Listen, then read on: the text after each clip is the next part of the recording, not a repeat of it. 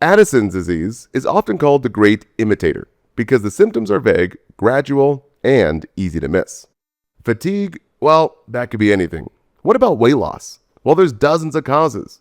But when you understand the full picture, and especially what makes Addison's disease very unique, it becomes much easier to catch on exams and in clinical practice. So in this simple nursing video, we're going to break down Addison's completely, so you know exactly what you're looking for, why it happens, and how to recognize it fast. All right, let's get into it. First and foremost, and this is critical, there are two types of adrenal insufficiency, and you must know the differences for your exams. First up is primary adrenal insufficiency. This is Addison's disease proper. The problem is in the adrenal gland itself. Now, as for the causes, the most common cause is autoimmune destruction, where the body attacks its own adrenal cortex.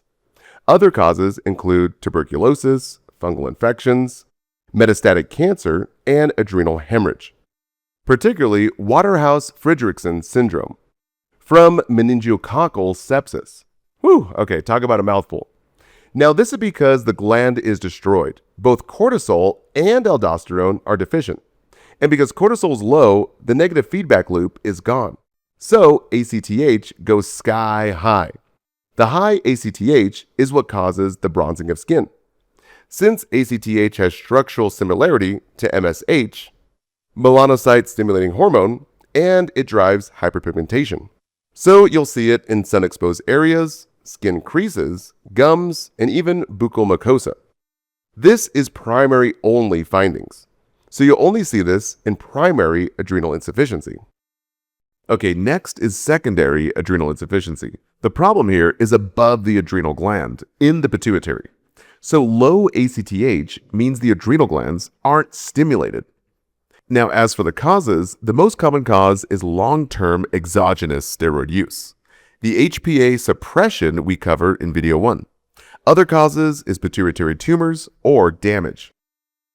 So the key difference, in secondary, aldosterone is preserved because aldosterone is regulated by the renin-angiotensin system and not ACTH. So you won't see the electrolyte chaos or the bronze skin in secondary insufficiency. Now let's get into the signs and symptoms. To keep this original, use the memory trick Addison's less. Start with L. L is for low blood pressure. Think hypotension and orthostatic hypotension. Without cortisol and aldosterone, the body can't maintain vascular tone or even volume. Next is E for electrolyte chaos. You'll see hyponatremia, that low sodium, hyperkalemia, that high potassium, and metabolic acidosis. Now this happens because aldosterone is missing. But remember, this is primary Addison's only. Now the first S is for sugar that is low. Without cortisol, there is no glucogenesis, so blood sugar drops dramatically, especially during fasting or stress. The last S is for skin that is bronze. That hyperpigmentation that comes from high ACTH levels, which also stimulate melanocyte activity. Again, this is the hallmark sign for primary Addison's. Now, beyond less, let's add a few more key symptoms to complete the picture.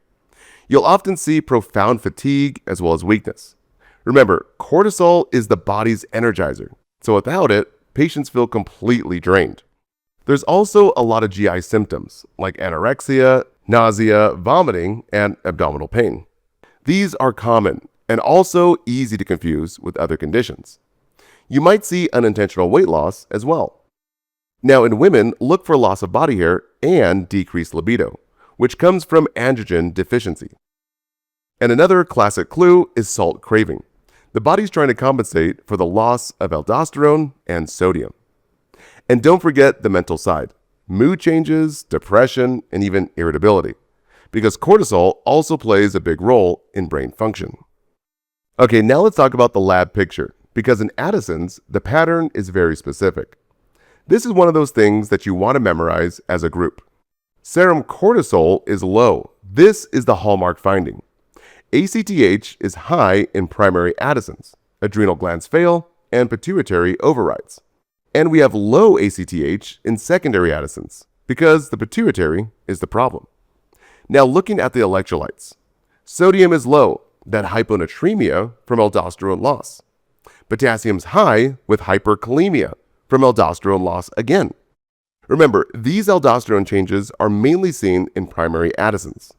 Blood glucose is low because the lack of cortisol means no glucogenesis. The next one, eosinophils, are elevated because cortisol normally suppresses them, so without it, they rise. And BUN and creatinine may be elevated from dehydration. Now for diagnosis. This is highly tested. The gold standard is the ACTH stimulation test, also called the cosyntropin test. You simply give synthetic ACTH, then measure whether the adrenal gland responds by producing cortisol. A normal adrenal gland responds, and a damaged or suppressed gland does not. Now let's talk about management. Addison's disease is managed with hormone replacement.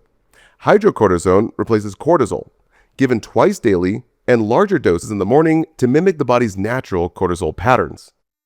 Fludrocortisone replaces aldosterone, only needed in primary insufficiency, not secondary. Because remember, aldosterone is intact in secondary. Now, in terms of patient education, this is non-negotiable. Always teach your patients the following. Be sure to write this down. Never skip doses. Missing even one dose can trigger a crisis. And stress dosing. During times of illness, surgery, or significant physical stress, patients must double or even triple their hydrocortisone dose. This is because the body can't produce the extra cortisol a normal person would.